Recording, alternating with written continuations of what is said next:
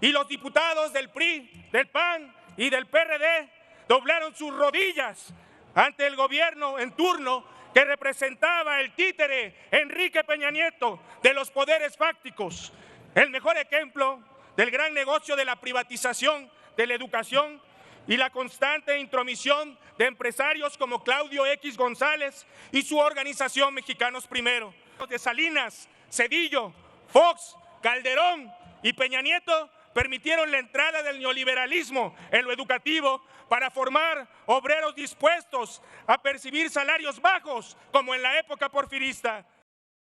Hola amigos de Netamex Noticias, gracias por acompañarme con otra nota más. Así es como maestro y diputado de Morena le da tremenda chinga al PRIAN, incluyendo a su jefe Claudio X González. Diputado de Morena destacó que los sindicatos y los diputados del PRIAN-RD doblaron sus rodillas ante el gobierno en turno que representaba el títere de Enrique Peña Nieto de los poderes fácticos, el gran negocio de la privatización y de la educación, porque en el periodo neoliberal se importaban los modelos educativos del extranjero, de España y New York, pero eso se acabó porque con 478 votos a favor se aprobó el dictamen en materia de salarios. ¿Y qué pasará al Senado? No más salarios de hambre. No se te olvide compartir esta información y darle manita arriba para que más mexicanos se enteren de esta noticia. A continuación con el video. 16 de Córdoba, Veracruz, para hacer uso de la máxima tribuna de nuestro país. Soy orgullosamente maestro de telesecundaria estatal. Hace 11 años salimos a las calles a defender la gratuidad de la educación. En ese tiempo, los sindicatos y los diputados del PRI, del PAN y del PRD doblaron sus rodillas ante el gobierno en turno que representaba el títere Enrique Peña Nieto de los poderes fácticos. El mejor ejemplo del gran negocio de la privatización de la educación es el país de Chile, con un modelo de escuela subvencionada que traslada no solamente la responsabilidad del Estado, sino también los recursos económicos. Así quisieron dirigir el sistema educativo en México, porque durante el periodo neoliberal se importaron los modelos educativos extranjeros de España y New York, una educación dictada por el Banco Mundial y la constante intromisión de empresarios como Claudio X González y su organización Mexicanos Primero, pero nada por casualidad, sino más bien por su interés de participar del enorme presupuesto que se ejerce desde la Secretaría de Educación Pública. Los gobiernos de Salinas, Zedillo, Fox, Calderón y Peña Nieto permitieron la entrada del neoliberalismo en lo educativo para formar obreros dispuestos a percibir salarios bajos, como en la época porfirista, para tener a nuestro pueblo más ignorante y más pobre para manipularlo y seguir en el poder, repartiendo migajas en épocas electorales y mostrando en los medios manipuladores solo lo que ellos querían que viera el pueblo de México. Es así como ante la mal llamada reforma educativa del 2013, miles de maestras y maestros de todos los estados salimos a las calles a manifestarnos. Muchos que nunca se habían manifestado lo hicieron por primera vez al verse violentados sus derechos constitucionales, pero sobre todo por la defensa de la educación pública, lo que trajo que muchos fueron reprimidos por los gobiernos estatales y también por las organizaciones sindicales. Los docentes en el 2013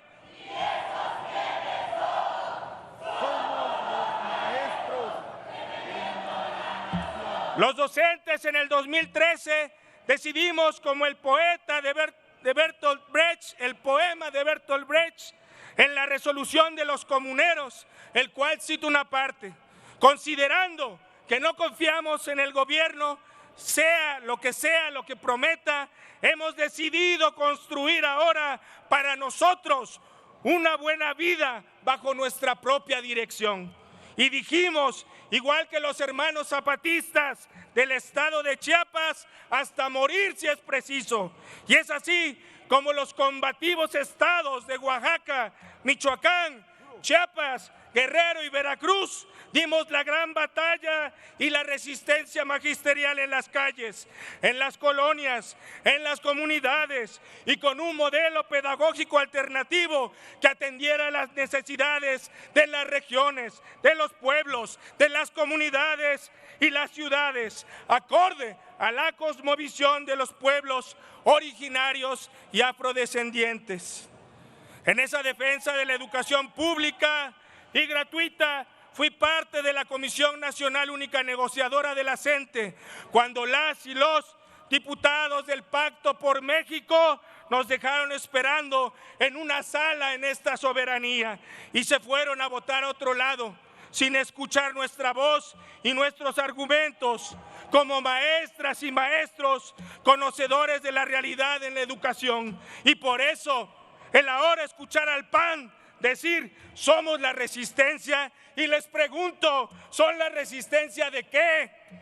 Con sus reformas estructurales que aprobaron durante los gobiernos neoliberales, algunos creímos que la única solución era levantarnos en armas y derrocarlos a ustedes como gobierno, pero encontramos otra forma, la vida electoral pacífica. Por eso reconocemos la grandeza del compañero Andrés Manuel López Obrador y de este gran movimiento que representa a Morena. Concluya, diputado. Porque les arrebatamos el poder sin realizar ni un solo disparo, porque nuestra mejor arma fue la información, la esperanza de un país mejor, donde todos están incluidos, donde la educación es humanista y científica. Es que hasta en eso somos diferentes. Concluya, diputado. Concluyo, diputado presidente. Sus gobiernos se asesinaron, torturaron, encarcelaron y desaparecieron a trabajadores de la educación a lo largo y ancho de la República. Y aunque diga que no, diputada, a mí me mataron 10 maestros y uno está desaparecido en Veracruz. En cambio, el gobierno del presidente Andrés Manuel López Obrador concluya, diputado, por favor. La mal llamada reforma educativa y eliminó la evaluación punitiva, dignificó el trabajo de las maestras y de los maestros, y por eso hoy el Magisterio Nacional caminó con el presidente y el gran movimiento transformador que representa. Diputado. Porque las maestras y los maestros están con Morena, están con el cambio verdadero, porque a ser parte del pueblo, el magisterio sabe bien que el pueblo pone y el pueblo quita, y hoy los quitaron a ustedes. Hoy. Concluya, diputado. Concluyo, diputado presidente, si no me siguen interrumpiendo.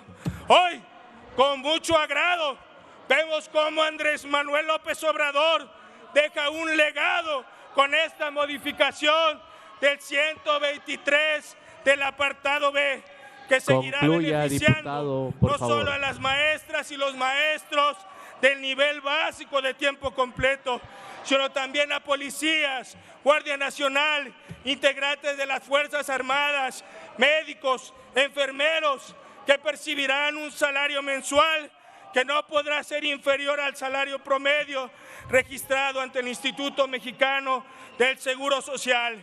Esta reforma, sin lugar a dudas, dignifica la clase trabajadora diputado, de México. por favor. Concluyo, diputado presidente.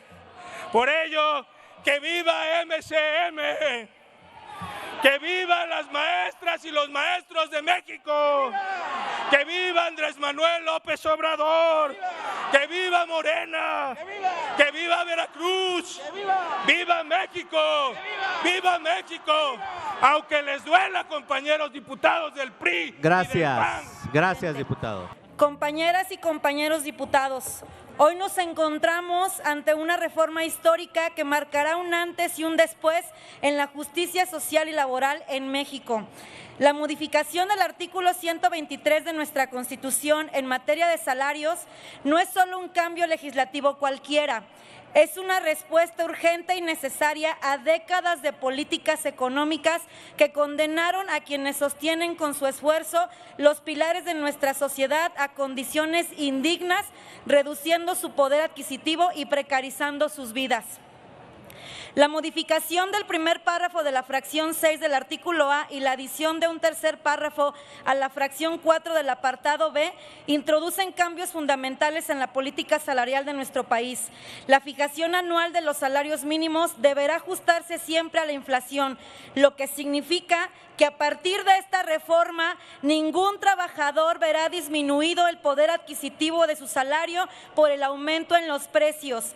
Este es un reconocimiento directo al valor incalculable que los trabajadores aportan a nuestra sociedad y representa un acto de dignificación en sus labores, que son los pilares fundamentales en la construcción de un México más justo y más equitativo. Durante décadas, heredamos un sistema que en lugar de proteger a los trabajadores, los despojó de la dignidad al ofrecerles salarios mínimos insuficientes. Estas cifras son muy claras y contundentes. Entre 1976 y 2016, el salario mínimo perdió más del 70% de su valor adquisitivo. México, que en 1980 tenía el tercer salario más alto en América Latina, fue empujado a los últimos lugares de la región en 2010, pasando del lugar 26 al 80 en materia de salarios mínimos a nivel mundial durante este mismo periodo. Esta tragedia no es accidental. Fue un producto de las políticas deliberadas de gobiernos anteriores, como los de Enrique Peña Nieto y Felipe Calderón, que ustedes, compañeros, con tanto orgullo defienden. Vergüenza debería de darles defenderlos. Mientras el salario mínimo bajo el gobierno de Peña Nieto cayó en un menos 6.19%, los esfuerzos del Calderón solo lograron un aumento mínimo del 11.95%, insuficiente para enfrentar la inflación y el aumento al costo de la vida. Estas administraciones fallaron rotundamente en su deber de proteger a la clase trabajadora, dejando a millones en la pobreza laboral, atrapados en empleos precarios y sin acceso a prestaciones básicas, optando por políticas que favorecían solo la estabilidad económica de las grandes élites.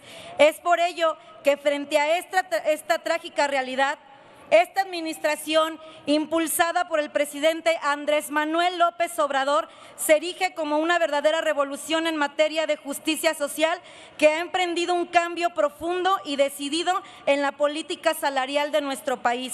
Desde 2018, el salario mínimo ha experimentado un crecimiento sin precedentes de más de un 100% en términos reales, elevando el salario diario de 88.36 a 248.93 pesos en 2024.